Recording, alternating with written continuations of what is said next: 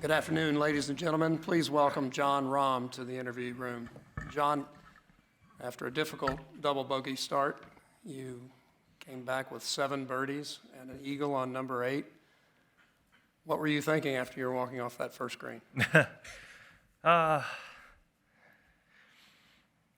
couple different things. If you're going to make a double or 4-putt or anything, might as well be the first hole, right? I got 71 holes to make it up. After that, it was more,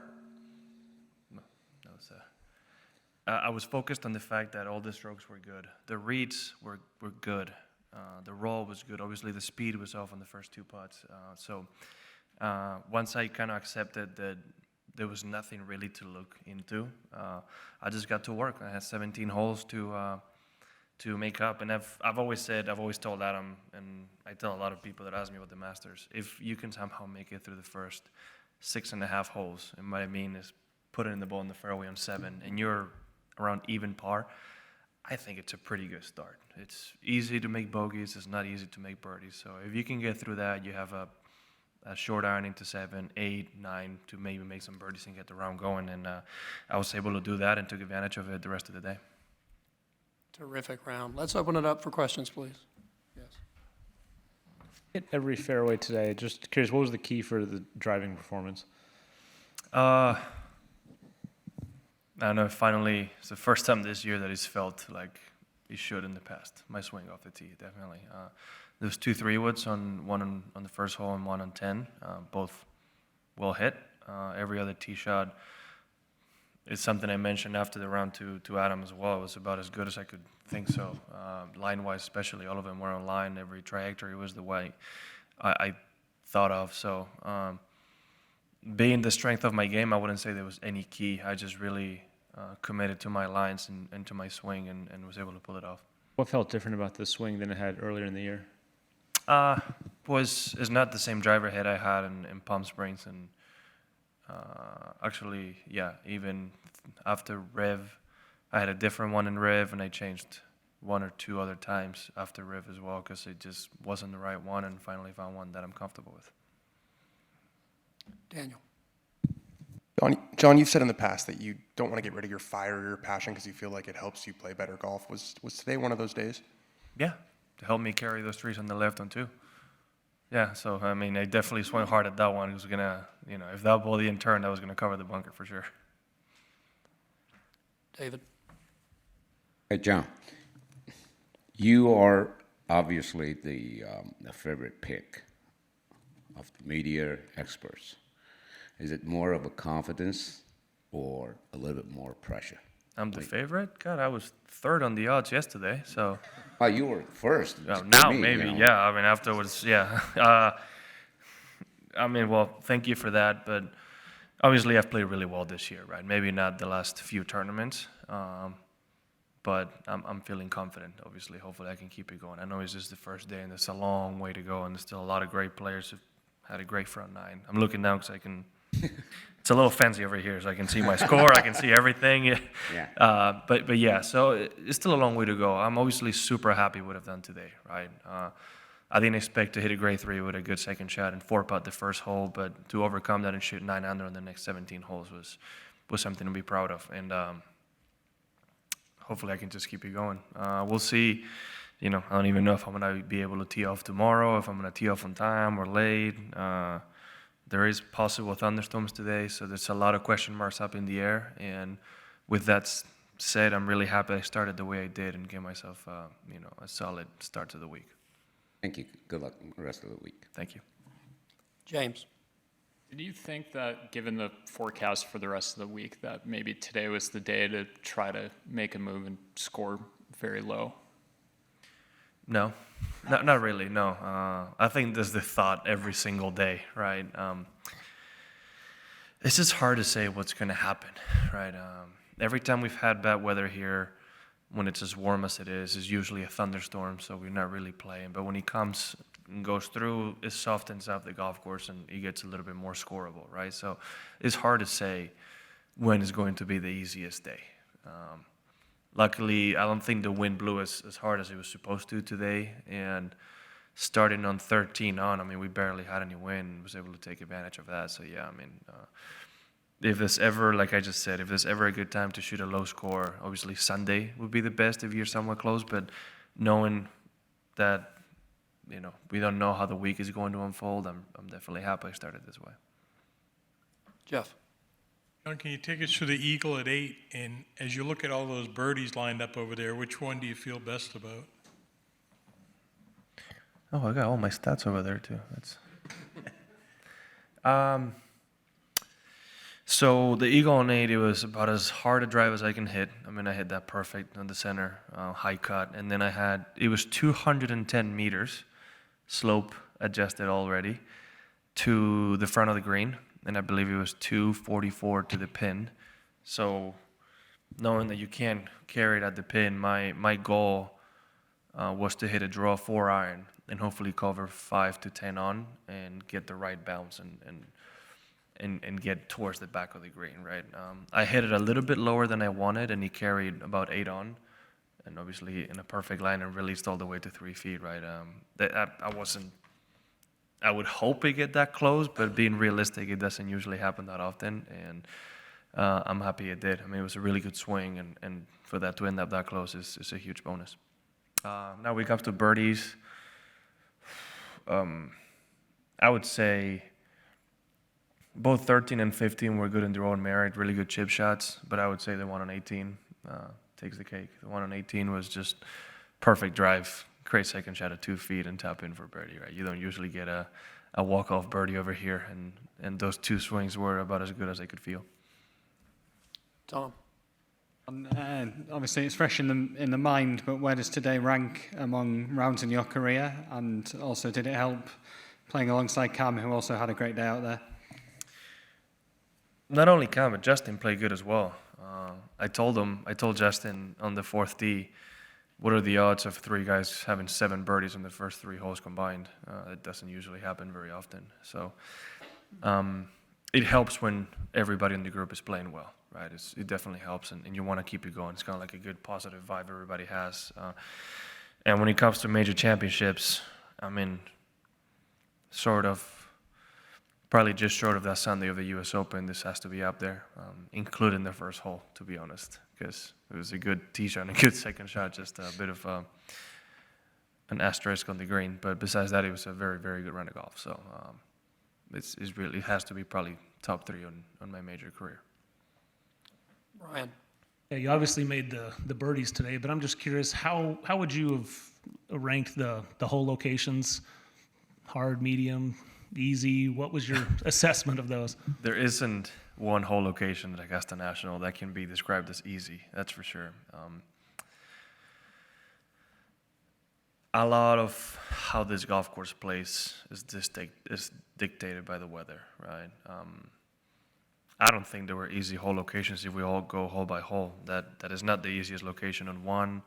2, you could say that's the easiest one you can find. 3 is not easy. 4 is difficult, but although we were on the up tee, it's hard to hit it close to. 5 is probably one of the hardest on the green. 6 is hard. 7, because the green is soft, was easier. 8 is difficult. Not the most difficult, but it's difficult. 9 is, I think all of them in 9 are tough. 10, difficult. 10, 11,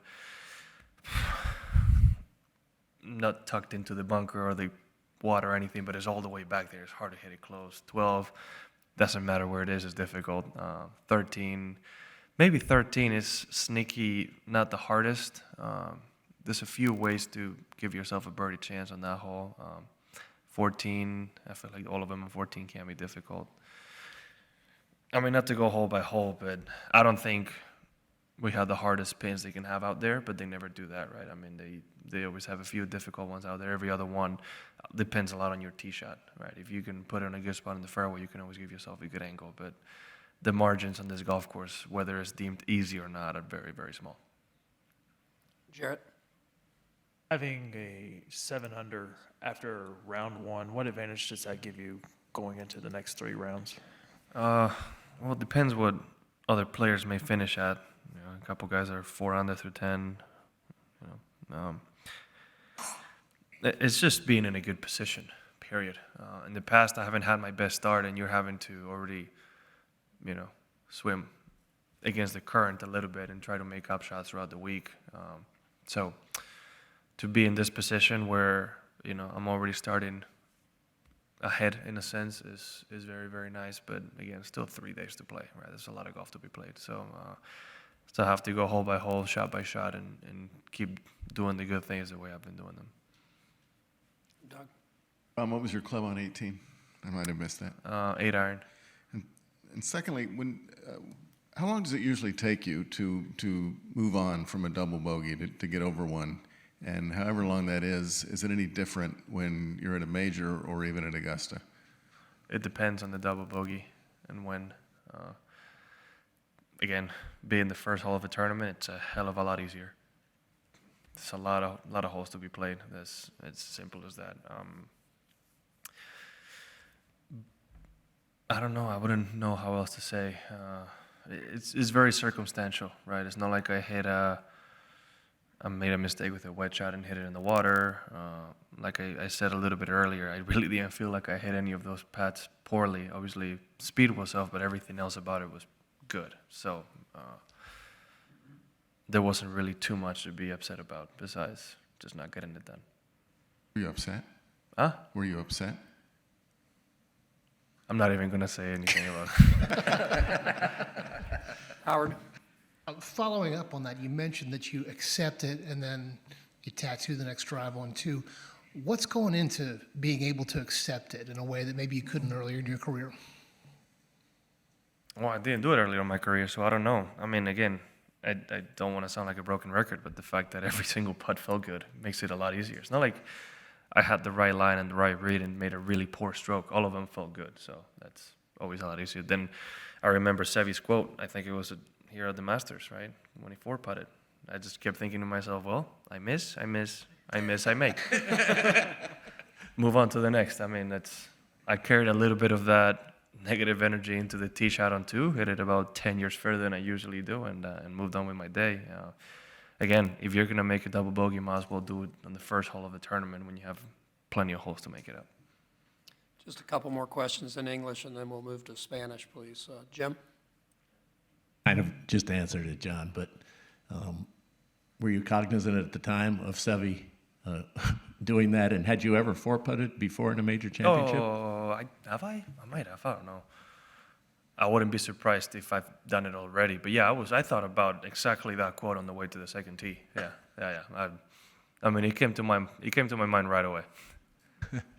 It happens. Joe? Question? Let's move to Spanish then. No, John, parece que el doble bogey ha abierto las compuertas, ¿sabes? ¿No? Cuéntanos un poco las sensaciones y en español sí que puedes decir lo que quieras. O sea, hay veces que sí. Hay veces que sí hace que te relajes, entre comillas, ¿no? Es como que empiezas el día así, lo has hecho ya has tenido un cierto problema en el campo, ¿no? Y ya has cometido un error y ya es como que un poco te relajas, ¿no? Ahora, bueno, pues ya diciéndolo mal, ya lo has cagado, ya hay que remontar, ¿no? Y punto. Siempre he considerado que si estás en la calle del 7, alrededor del par, si estás par o una menos, es un gran comienzo de la vuelta, ¿no? No son hoyos fáciles, se pueden hacer birdies, pero no es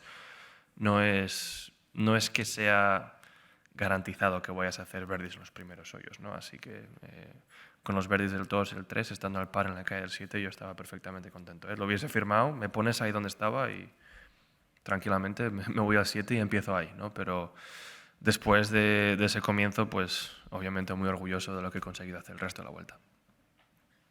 Alejandro. John, ¿dirías que han sido los 17 hoyos y 3/4 mejores que has hecho, incluso por encima de los de Memorial?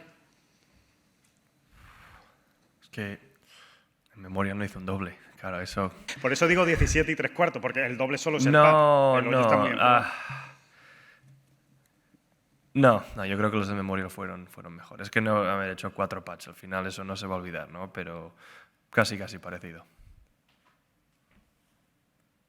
Raro. Ser parte de la historia del torneo como el primer jugador o el jugador que ha conseguido la ronda más baja después de haber hecho un doble bogey, añade algo a la vuelta de hoy. Y en segundo lugar, ¿me podrías decir más o menos cuántos putts habías tirado de entrenamiento en el putting green, más o menos? No te podría decir, muchos.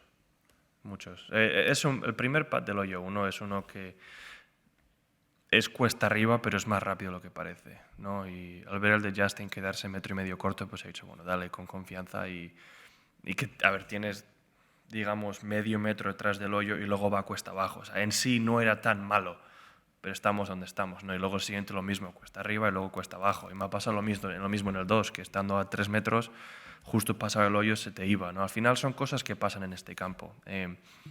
Y bueno, o sea, quitando el hoyo 1 y el 2, el resto las he dejado todas perfectas, ¿no? Es algo que estaba muy cómodo con el pad. Y no te creas que añade mucho el hacer la vuelta más baja con un doble, No, más contento en sí de haberlo hecho, sea la más baja o no. Al final,